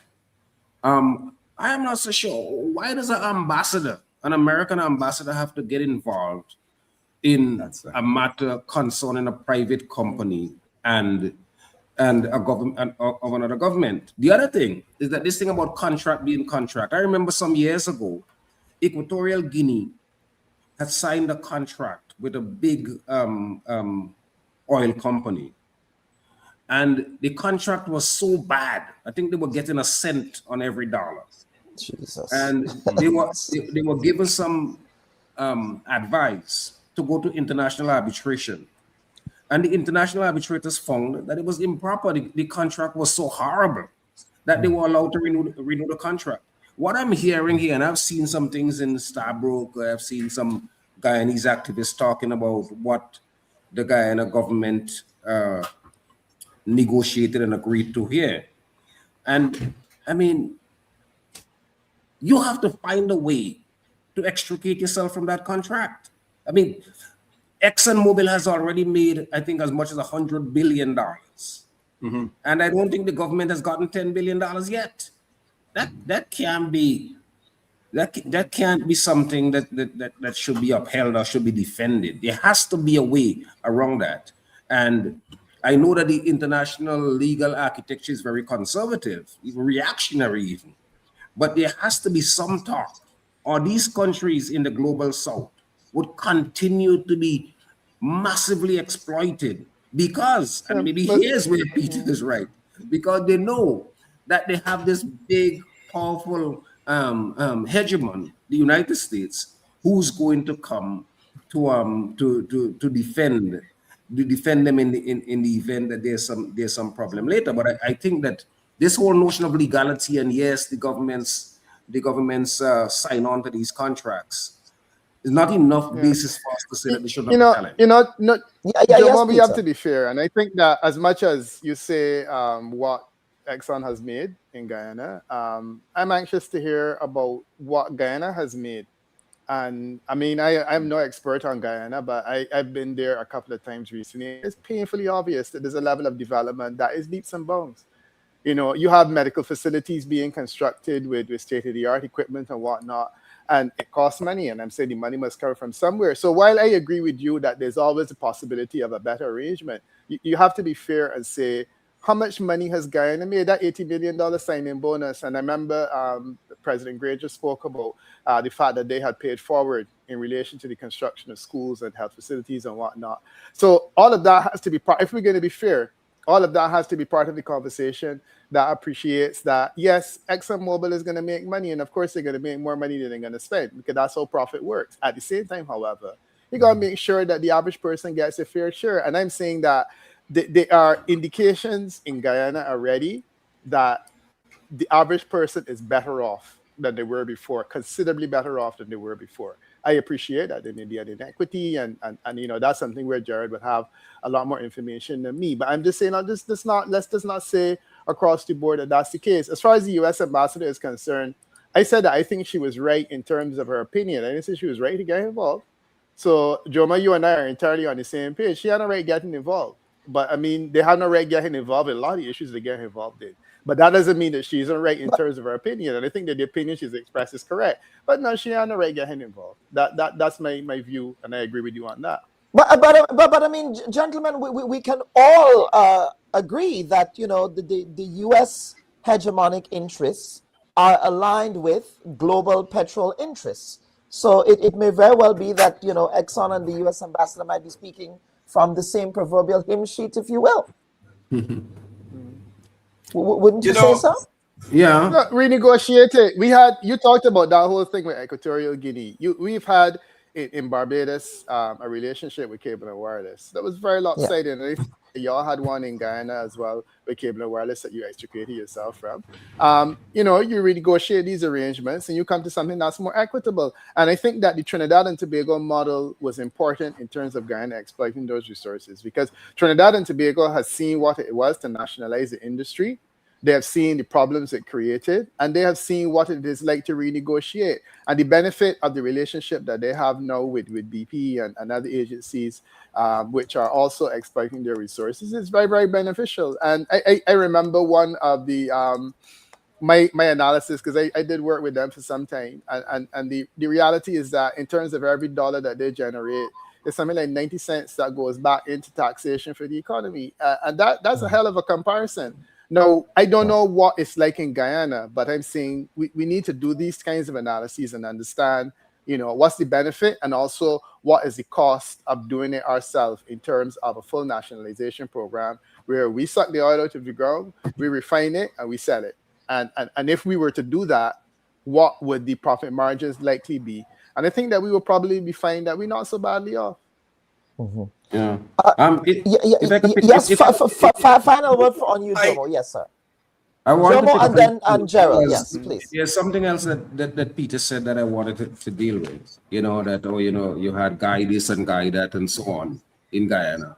But if we go back as early as 1953, where the British and the Americans overthrew the Mossadegh government in Iran. In Iran. Mm-hmm. And we looked at the way in which, when Chavez got in and Chavez made the move to reclaim some control over the assets of Guyana, they moved against him in 2002, and they eventually decapitated the government in January 3rd, 2026. this year. The central point is that these experiments that are an attempts at alternatives don't really fail. They are suffocated, they are smeared, and then they are destroyed. And the classic example of that, right, is what is happening now with the US, Israel, and Iran. None of these people expected the Iranian response. And just imagine what would have happened if Iran had not gone through 47 years of sanctions and embargoes and that kind of thing. So this notion that these governments, is bureaucracy, and I'm not denying that there's bureaucracy, there's corruption, but there's bureaucracy and corruption across the board all over the world. And I saw a brilliant response from Mia Motley when I'm sure all of us it was a British reporter, a British journalist was telling her about bureaucracy and corruption, and she was exquisite in her response. You know, so I think that sometimes the talking points which we get from the Western media about these countries tend not to do well because they have they cannot manage their own affairs. You know, I think that needs to come into balance, and I think Iran, in what it has been able to do in its response against the American-Israeli aggression, is proof that given the chance to develop, these countries could do amazing things with the resources they have. And gentlemen, you know, very, very important conversation. And perhaps a lot of what is articulated here, perhaps Grenada can learn from the experiences of Guyana and Trinidad. But yes, Gerald, over to you. Well, I think all of you will agree that development is a contested term. Not too long ago, I think about a week ago, a young man died because the family was not able to raise the money that was necessary to save his life. 7 million Guyana dollars, 7 million. And Cuba was able, I'm not going to say who the person, but the Cubans they said they have saved lives like that in that condition before. And he could have gone to Cuba and would have saved his life. $7 million.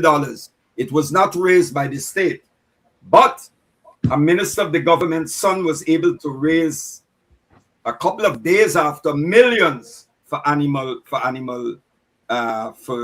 some animal shelter or something for animals. So I have yes, we are building modern hospitals, all sorts of things. These hospitals going up here and so, but to go to a private dentist, is more than it's a lot of money, money. And if you do go to the Chedi Jagan Dental Center, there's a line, you have to wait. I once went to a private hospital to get a checkup, and what I paid in one day, it's unbelievable. So I am saying, yes, what these people sent to development. Let me tell you something. Those of us who understand the political economy, you look at the economy of the Caribbean, not just Guyana, after the enslavement came to an end. The economies were rigged to prevent African economic empowerment. In Guyana, and you know, only Burnham tried to adjust that, to end that, when he created the National Cooperative Bank, the Agricultural Cooperative Finance Bank, the mortgage finance, and all of this. And when Mr. Hoyt came in under external pressure and they took the privatization and all of that, these state assets were sold off. The IMF and the World Bank imposed on us this structural adjustment program. So they told us to sell state assets and privatize. And when we sold the state assets, who had the money to buy it? It wasn't Africans. Africans did not have the money to buy these state assets. Then we were told to downsize the army by 2 battalions. We downsized the army. Who went home? Those who went home were Africans. It wasn't Portuguese soldiers or Indian soldiers or China. It was Africans. So What I'm saying is today, and it's in Guyana, we have 16 families. 16 families. And no African family is in the 16. We have 16 families that they own so much land. The amount of land they own, you can construct home for 250,000 Guyanese. One family owns 1,500 mining blocks. 1,500. Do you know what's a mining block? Now the same families, they're in the hotel industry. They just built a new hotel. They're in the gas, the gas energy, the energy project that they're building from the shore to base, the base project. They're involved in that. They're involved in quarrying. Then you have. So what I'm saying is, irrespective of which of these neo-colonial parties assume office, not power. Peter's a political scientist, and he knows all of us are aware of the difference between office and power. Regardless of those who take office, this dynamic does not change, because these powerful families, when it's election time, they give millions to the two main parties, and whichever party enters office, they repay these wealthy families by giving them cheap land, concessions, putting them on board, making them this, and they get it. And those who remain on the margins are the people who go to vote, come out to vote. So what I'm saying is, and you see it across the Caribbean, we have black prime ministers, black faces in high places, but we don't control the economy. The economy, we don't control it. And that is why Kwame Ture and E. Franklin Fraser, who wrote about the black middle class, said black faces in high places do not equal black power. So what I'm saying in Guyana, I don't see that. Yes, you see modernization, but do not confuse modernization with development. Because I'm talking about people-centered development. There's a lot of expensive cars on the road. There's a lot of expensive cars on the road. There's a lot of funk capital and salted finance floating around. There's a lot of speculation. People are buying land for small amounts, 10 million, holding it for years, and then raising the price to 75 million. And what the state is giving out for people for housing is good to put some, is equal to stable to put house a horse. So I don't see that. I see modernization. You're seeing more roads and everything. But I'll tell you something. During the Burnham period, you could have counted the amount of supermarkets we had on your left hand. Today, every corner in Georgetown, you turn and you go to Georgetown. There's supermarkets all over. Supermarkets all over. And yet a lot of people are hungry. A lot of people are hungry. The paradox of capitalism. Exactly. Paradox of capitalism. Exactly. Yes. That's Gentlemen, right. this has been a very spirited conversation. It's always a pleasure having you here, Mr. Pereira. It's always a pleasure. Peter and Jomo, again, thank you all. Of course, the other elephant, Jomo, we can't see you.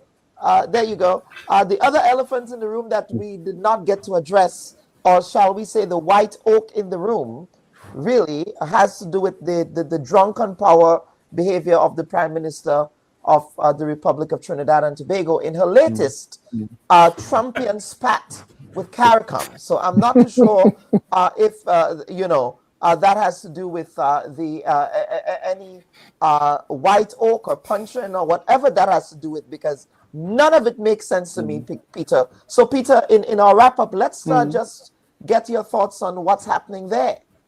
With respect to the reappointment of the chairwoman of CARICOM, the Director General. Yeah, we can't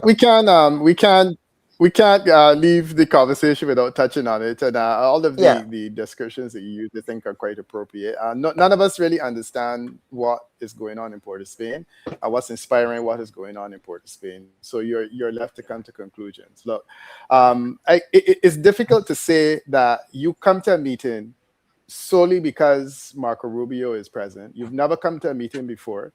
As soon as Marco Rubio leaves, you leave. Conversations are held the next day at a meeting to which you were invited. You specifically excluded yourself. And then this conversation as to whether your foreign minister was invited or disinvited or got seasickness on a 5-minute ride, all of those things, you can get to Nevis faster than you can get from one side of the Essequibo to the other, Yes. And Yes. this idea that could be an issue is look, I've carried a position that said, I think that we need to leave Trinidad and Tobago to do what they have to do. If they believe that they're better off outside of CARICOM, then go. I think that we are giving Kamla Persad-Bissessar far too much oxygen, and we are making it appear as though she has a point that has to be discussed and engaged with, as opposed to taking a position that says, look, if you believe that what has happened is the basis on which you should withhold funds, then withhold funds.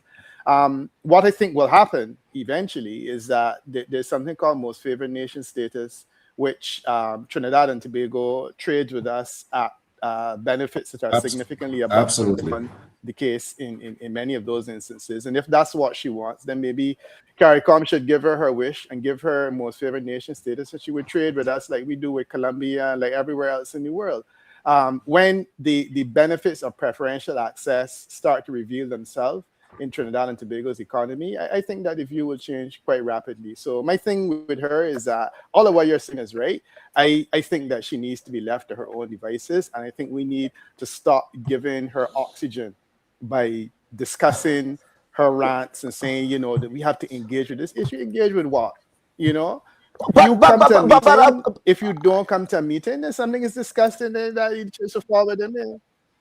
Yeah, I hear what you're saying, not giving her oxygen, but I mean, this woman is attempting to destabilize a very core functioning of the CARICOM administrative mechanism here. But that kind of tension has been there for a long time. That has never been an issue. Go ahead, Jomo. Dr. Bob, that kind of tension has been there for a long time. We see it with Jamaica, we see it with Trinidad, the tensions in CARICOM. But she's taking this to another level. I mean, remember in her first term, she proclaimed, ATM. Trinidad is not an ATM. Forgetting that Trinidad makes between 150 and 200 million US dollars per year for the preferential trade trade arrangements that she has in OECS countries. And Peter is absolutely right. If she wants to opt out, let her opt out. Then the arrangement changes. They have to pay the 15% tariff like everybody else to trade within CARICOM. But this lady is just being what Maurice Bishop recently called a yard fall kind of arrangement. Remember, this is the lady who, when Trump got in, said that Trump was a godsend. Remember when he was sworn in, she said he was a godsend. Yeah. So I don't know what that's about in light of all the things that the world knows about Trump. I mean, if Epstein can say that Trump is a despicable human being, and the Prime Minister of Trinidad and Tobago thinks that he is a fit and proper person to lead the world and to lead her, we should just let her go. But our Trinidadian friends, I saw a piece by an outstanding Trinidadian. I think he writes for the Trinidad Express. I was trying to find it so I can read some of it. A long-standing journalist and what he thought about it. But I think that Peter is right on target. We need not give oxygen to Kamala. This too will pass. This too shall pass. There is another 4 years of, and who knows however else. Go ahead, Peter, quickly. Yes. Yeah, just quickly. I think we lost Peter there. I agree with both yes, go ahead, Peter and Jomo. Agreement. It's called the European Community. Hold on. Hold on, Jared. Let Peter speak. And you talked about Jamaica. Yeah, of course, Jamaica has issues, and we will continue to have issues among ourselves. So we have squabbles from time to time. But any family has squabbles. But in terms of the long-term vision, I don't believe it is impacted. And the only way we can resolve these issues is if we sit around the table. And the thing that bothers me most about Kamala Persad-Bissessar is that she's not willing to sit with her leaders as equals. Exactly. She came to CARICOM no, she's so not. that she could cuss them at the opening ceremony. and support and essentially roll a pitch for Marco Rubio. But it's like, if we are saying we are part of a family, and I'm saying let's have. I think we lost him there again. Yeah. Yes, very well. Sorry. Peter, thank you so much. I know you have to go, but thank you so much for appearing on the Bubb Report this week, sir. Okay. Yes. And Gerald, your final thoughts there with respect to yeah, well, I agree with Peter and Jomo on the Trinidad. I'll tell you something. Several Guyanese businessmen told me that over the years they tried to open businesses in Trinidad, and it is highly impossible for them to do so. But you have Trinidadian businesses. In fact, if you go to the banks in Guyana, you cannot get US dollars. You cannot get US dollars. And there is a place here. There is a place here where the Trinidadians, it is known in Guyana, in Georgetown it is known, where the Trinidadians are buying up all the US dollars. Interesting. Very, very interesting. All the US dollars at, I won't call the place, but that is taking place here. But the businessmen that try to open businesses, and these are established businessmen in Guyana, it was impossible over the years, and still now they can't get into Trinidad, right?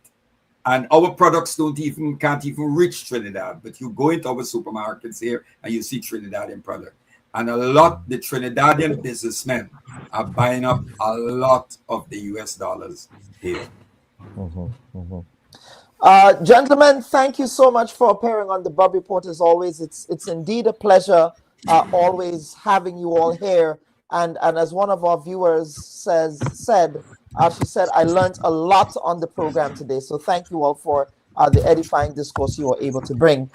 So Jomo, I'm going to go over to you, sir, for some closing comments. I suspect you probably have some Sunday things to do. What's the name of that island that's off the coast of Kingstown there? What's the name of that island that people go Beckwith? to? No, not Beckwith. It's Young Island. Young Island. There we go. Young Island. Yeah.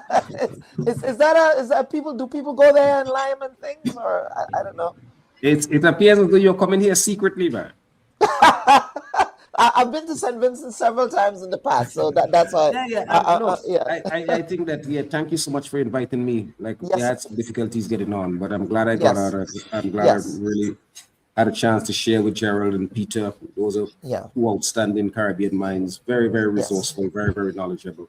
So I'm glad to be. It's good to be on this program too with you, my brother Jomo. It's an important question we are talking about. Like I said, I still maintain after all that has been said that I don't make too much of Delcy's foray into the Southern Caribbean and her meeting with Prime Minister Deacon Mitchell. I don't make too much of this whole talk about the oil either.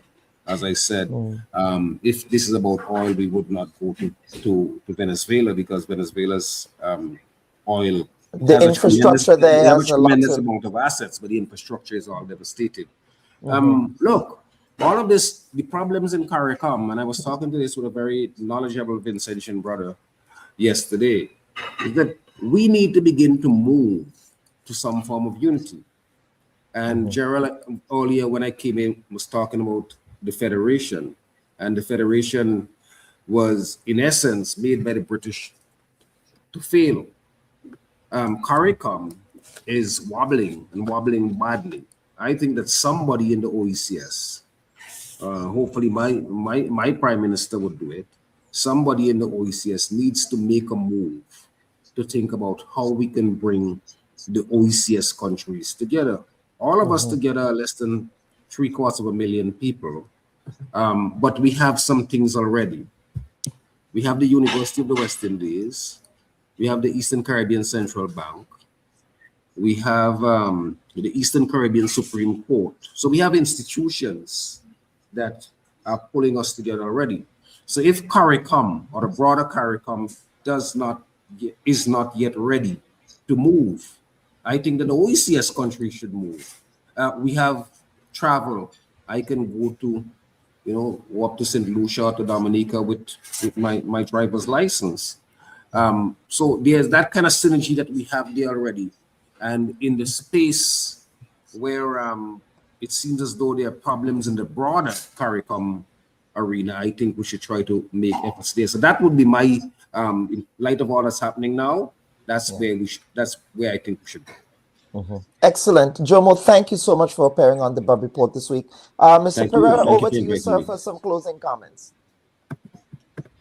Yes. Ahmed Sékou Touré, the first president of independent Guinea-Conakry, he said, to win and proclaim a nation's independence, but keep its old structures, is to plow a field, but not sow it with grain for harvest.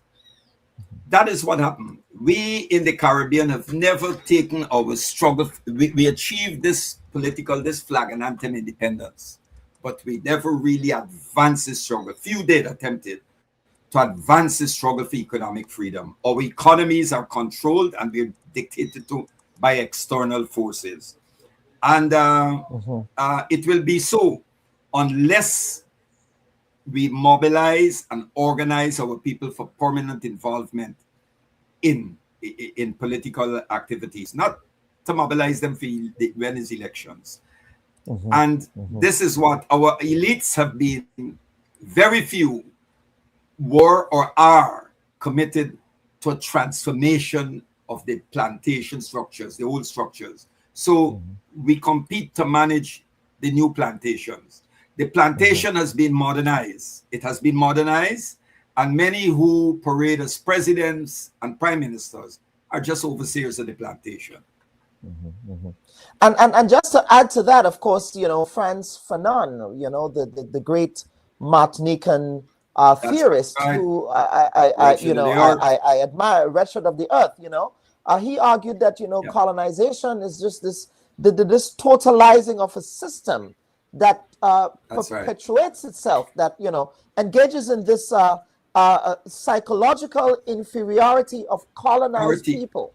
So much so that the colonized people, right, have led themselves to mimic. We internalize everything, the colonization, you know. Right. So in essence, they continue to reproduce. That's right. These systems of colonization that we have in the Caribbean today. And that's why it took that you get the black skin, white mask. Black skin, white mask, you know, and then we can go on to talk about Du Bois and double consciousness and all of that. That's right. But you know, we're intellectuals. As a social scientist, I can go on and on. Yes. But thank you so much, sir, for appearing on the Bubb Report this week. Yes, and thank you too, my brother. And you keep up the good work. It's very important what you're doing. It's very very important. Thank you much. Thank you so much, sir. Humbled indeed. Indeed. Viewers and listeners, of course, we're going to take a quick break. That was Mr. Gerald Pereira. Before we go, we do have some unfortunate, sad breaking news that we do have to report to you. So we are going to take a quick break and come back for that before we close the program today. Should your loved ones pass on, they deserve to be treated with dignity. And at S.A. Johnson Funeral Home, we can provide you with that service. We can take you every step of the way during your sorrowful moments. When that need arises, call S.A. Johnson Funeral Home at 347-777-9797. That's 347-777-9797. S.A. Johnson Funeral Home is a Caribbean family-owned funeral home here in Brooklyn, providing funeral services, but in a dignified way. From cremation to burial to the repatriation of your loved ones, you don't have to go through the hassle, as we provide exceptional service that allows you to mourn and heal peacefully. For more information, visit our website, www.sajohnsonfuneral.org. Send us an email at sajfuneral@aol.com or call 347-777-9797. S.A. Johnson Funeral Home, because you deserve to be treated with dignity.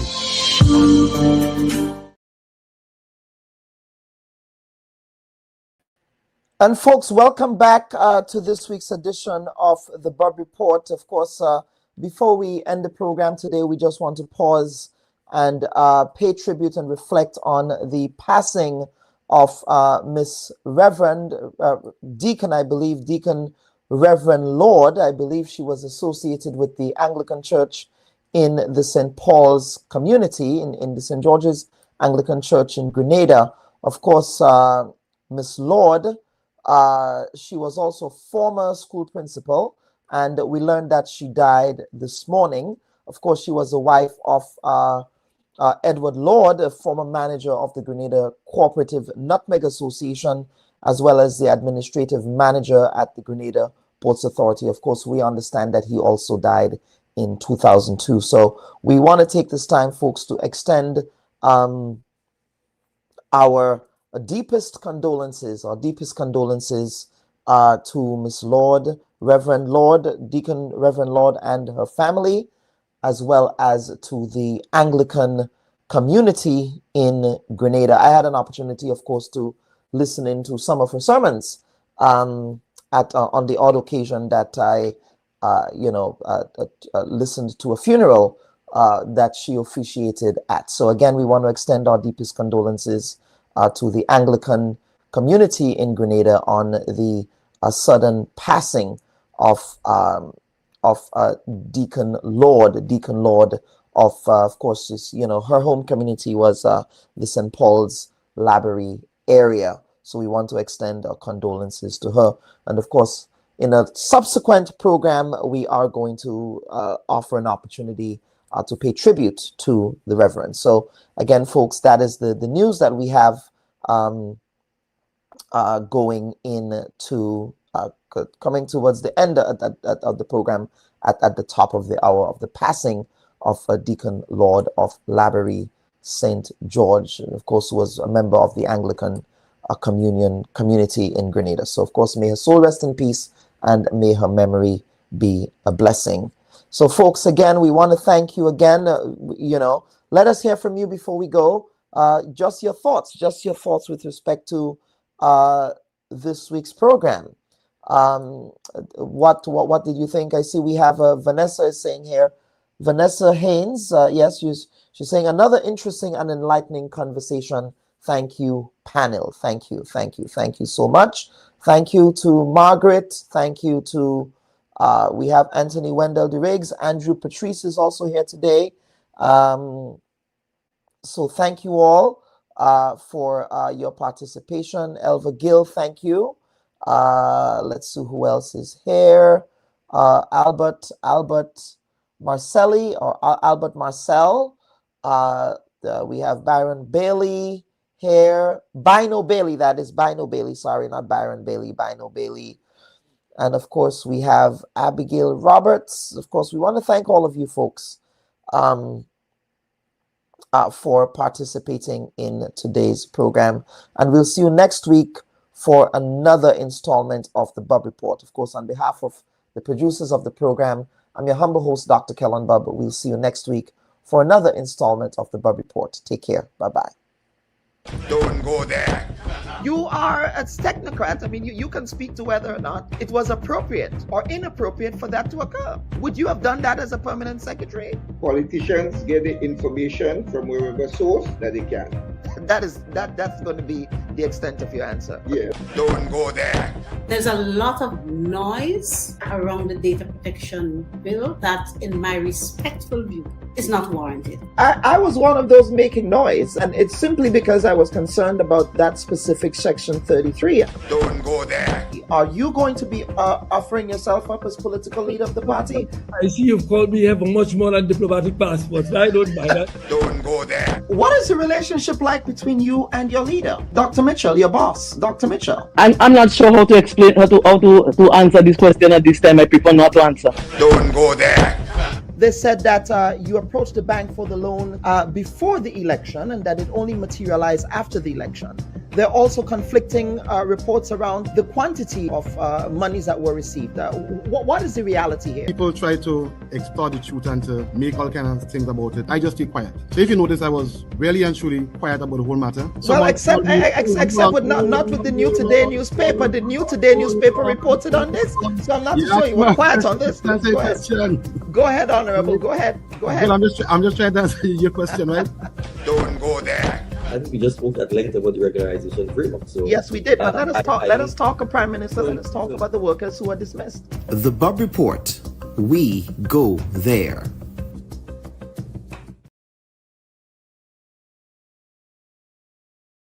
We seek the truth. Would you be handing your resignation to the Minister of Culture tomorrow, sir? No, I will not. The leader of the opposition, you have accused your government, sir, of using the Grenada Development Bank to facilitate the financing of personal loans for certain government ministers. the other side is in no position to talk about those issues, and I will leave it there. We discover new perspectives. You know his leadership style. And so many are saying, why are you coming now to talk about those issues? Now is the time to speak. You have the right to decide who will take over. And you met with Dr. Mitchell, and perhaps you might want to confirm what that meeting was about in your response. But Dr. Mitchell, like myself, are Grenadians. We ask the right questions. why was there no report on the work done of the commission? And how is this new committee different from the commission that was initially established back in 2022? So who are these elements that are using you? I'm disappointed in my political leader. And why is that animating those political conversations now? This is a very interesting question. The Bubb Report with Dr. Kellan Bubb. Thought-provoking, truthful, unbiased, and truly original reporting.